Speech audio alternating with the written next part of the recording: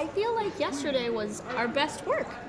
I gotta admit, I was a little doubtful at first, but I think you were right. That was a really great episode. I mean, so many surprises and twists and turns and fire. And a parking lot monster? Yeah, craziness. But here's the thing. I never really saw many mentions on Twitter. I feel like nobody else liked this episode that I thought was going to get nominated for a Webby. I know. I really thought a lot of people would have been talking about this one. I mean, it was big. Oh. What? The episode never went up. Why? I would tell you, but this is a gag order requiring us legally to keep mum on the subject. First rule of lost episodes, can't talk about why it's a lost episode. Damn. All right, well, not much else to say on that front. Well, with that in mind, BJ, what's the name of today's show? Well, this episode, Geeg, with Jess and Beej. Jess? What does that mean? Well, guys, I would talk about it, but this gag order won't let us go into details as to why. This is our last episode. No joke. We're donezo. No, I meant, what does Geeg mean? Good game. Ah, good game.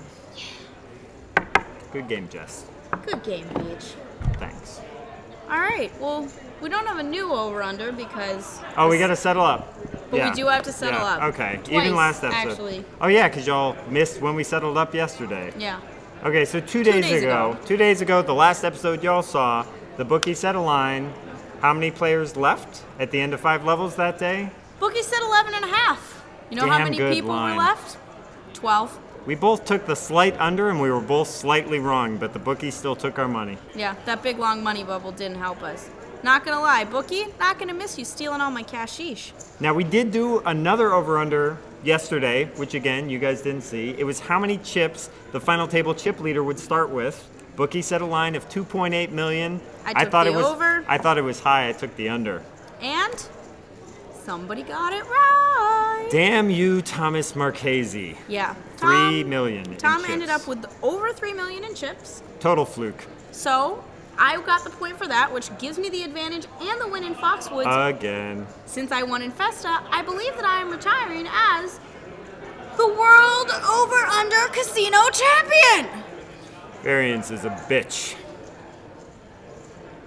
Well, now that that little matter's been resolved, I guess we should probably talk about the tournament. Okay, Marchese, how did he get 3 million in chips? Well, he busted out the 9th place player, which was, remind me of this one, Christopher Bonita was 9th, and then...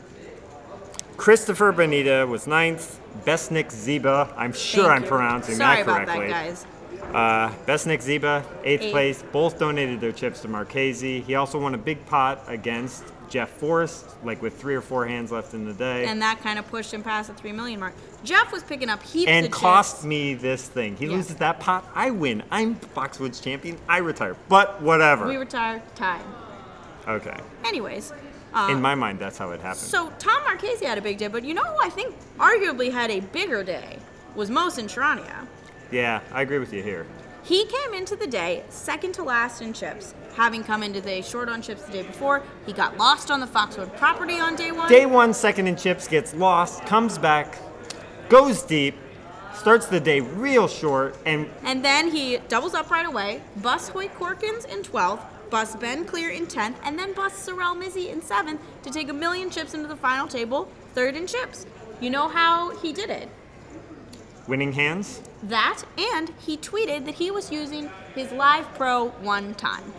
He picked a good time to cash in on it, and I think that that played a big role in his success today. Quick question. Does that count as just getting to the final table, or has he clinched the victory with that? I have a feeling, unless it's complete and total win-a-nation, he's not going to be pleased. Okay. All right. So we had that happen, but we had some people who did not make it to the final table.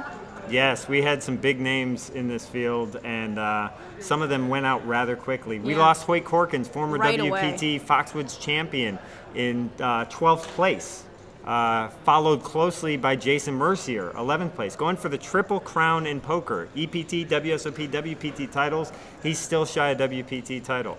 Then 10th place, Ben Clear, making a potential run at WPT Player of the Year. Puts him in a good position if he wins this one. Right. If he finished 5th, he moves into sole possession of 2nd place, but he fell short, busting 10th. And Sorrel Mitzi was able to potentially make some Player of the Year headway in Card Player and Bluffs Player of the Year races. He ends up going out in 7th, which opens the door for Tom Marchese. Right. Sorry, Sorrel. Hey, guys. What are you doing? Hey, Bernard. Bernard Lee. It's Bernard Lee, everybody. What are you up to? We were about to predict We're the kinda doing a final show table here, results really. on Oh, I'm camera sorry. here. You guys enjoying your time here at Foxwoods? I'm having a grand old Yeah. time. The bowling alley's awesome. Well, we aim to please. The parking lot could use some, like, you are here maps, but I guess you guys have no and idea what some I'm talking monster about. repellent. We hear there's a Yes. beast out there. Okay, You're under gag order. okay, but we're about to draft players for final table picks. Sounds good.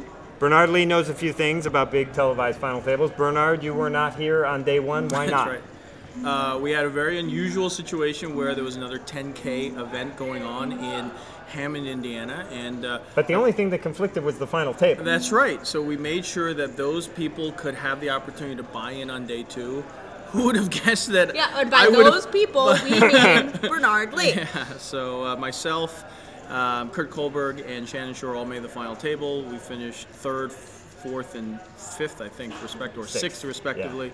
But we all 3rd. played on day 2. Yeah, you got to point out, stop 3rd. being so modest. Yeah. You got 3rd. You got $250,000, didn't you? Now, how Yeah. did this tournament work out for you?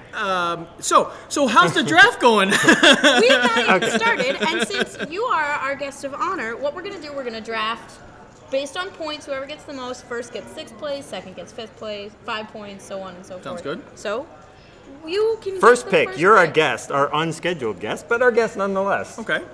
I would say if I have to look at this, I mean, maybe I'm picking the easy one. I'd probably pick Tom Marchese. Obviously, he has the most chips, about a little over 40% of the chips going in the final table. He has the experience.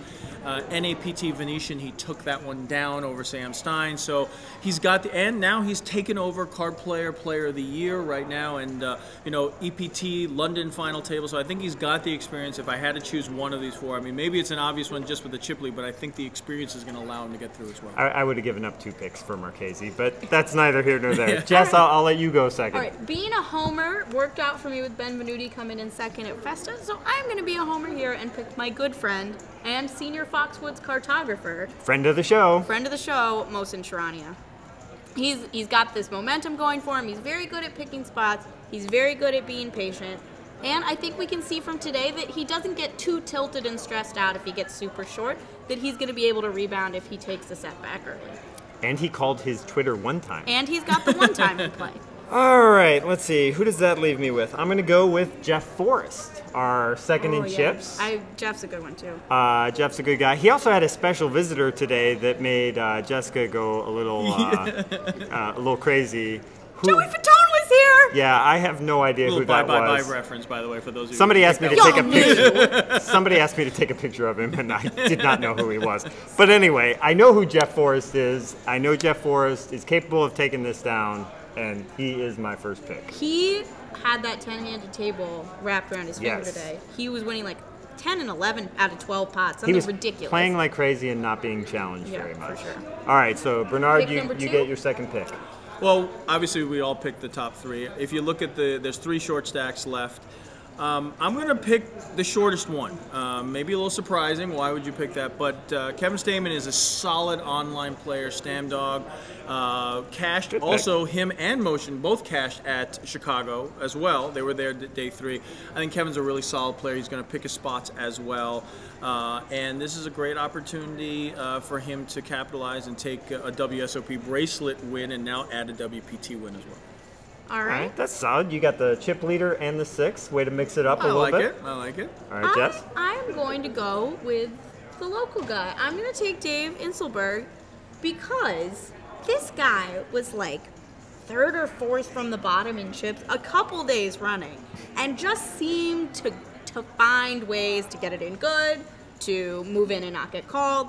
There's just, sometimes people are just really, really good at playing short stacks, and this guy seems to be really, really good at playing a short stack. He was vulnerable all throughout the money bubble yesterday, and he's a happy guy. He's always got a smile on his face. He's a jovial guy. I'm kind of rooting for him. So. I think too, like he's very good at survival. That I'll probably rack him some points. I don't know if he'll necessarily win, but like I could see a third place finish, something like that. Pick up some points. Good How for you the- beat me last time. Good I for the local guy. It's good All for right, the so sixth pick, I pretty much get Who could it who's be? left. Who could it be? Maybe Nikolai Yankovic. That might be Russian for Weird Al. Weird Al, I am totally picking this guy. Nikolai Stop. Yankovic. What? Yakovenko.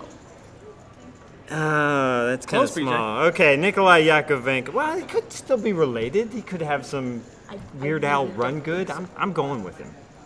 And since I have no one else to choose, I'm going with him anyway.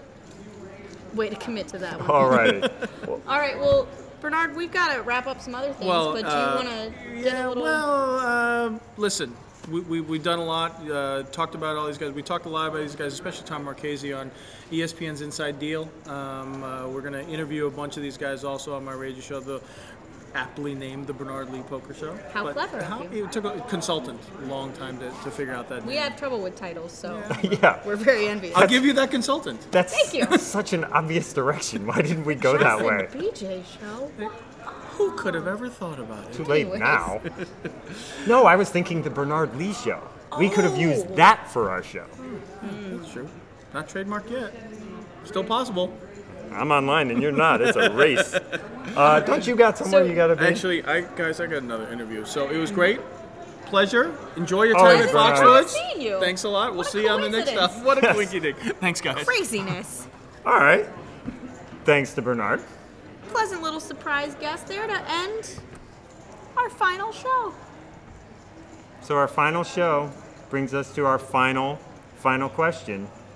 Been a lot of great classic TV series, sitcoms, dramas. The final show is always a big deal. What's your all-time favorite series finale? It's probably from one of my all-time favorite series, The Mary Tyler Moore Show. I always get all choked up when she closes the door on the newsroom, and I can't help it. It makes me a little sad. How about you? Those are kind of cool, but I'm not so much for the schmaltzy. I like the comedic stuff, and the funniest one I ever saw ended with a dream sequence mocking other dream sequences like Dallas and those crazy shows. I'm going with the show New. Wait a second. What happened? Where's the screen? Paying homage to The Sopranos. The Sopranos. The Sopranos, where they just kind of ask a question and go off, and then there's Okay, no sorry, but resolution. some of us don't pay for premium cable channels. I was gonna say Newhart, and I thought we were gonna do a spoof on that, where we wake I'm up. not getting in a bed with you. No, but it's like a weird dream sequence. I don't It's not- care. Okay, you wear clothes. It's not like You we're- think I'm not gonna share a room with you, but I'm gonna hop in a bed with you? That's crazy talk. It's for the show. You gotta commit to the show. You don't think I'm committed to the show? I've been more committed to the show than you than day one. Let me see that piece of paper. I'm not sure I believe you why this show isn't going on the air anymore. Okay, well, maybe it is. Ah, damn it. Wish we could talk about that. I wish we could talk about all sorts of things.